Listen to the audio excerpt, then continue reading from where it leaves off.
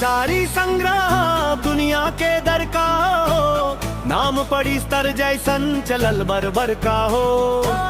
हमरा साथ चले भी तक हिला दे, खेसारी वाले फन बनी दुनिया जला दे। खेसारी वाले फौदनी दुनिया जला दे, खेसारी वाले फैन बनी दुनिया जला दे। खेसारी वाले फैन बनी दुनिया जला दे। खेसारी वाले फैन बनी दुनिया जला दे। हम ता क्लीन हार्ट बात में स्वाग रहल, तनी हसीदा जान स्तन ठग रहल। तू चला साथ विर हो जाए रील, पैर में हील चलाल फील सब करे स्टील। लुक तोर किलर बात तोर शुगर, तू रहब हमरा साथ न लगे कब जुगल। स्टेज पे जब चला आवाज गरम रहल, फैन सब चिल्लाई भौजी फुल धमल।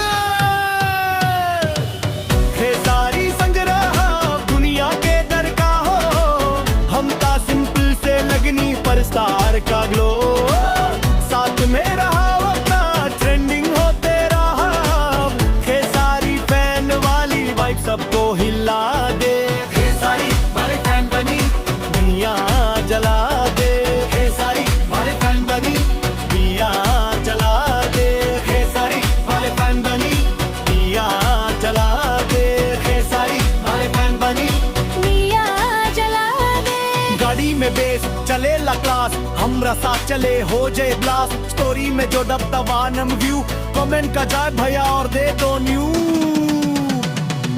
मनवा में बस जा न सोचा इतना, खेसारी वाला प्यार में घुसबा जितना।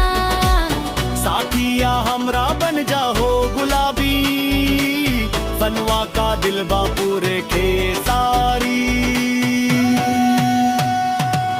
खेसारी संग्रह दुनिया के दर का हो, हम ता सिंपल से लगनी पर स्टार का ग्लो। साथ में नहावरता ट्रेंडिंग होते रहो, खेसारी फैन वाली वाइब सबको हिला दे। खेसारी वाले फैन बनी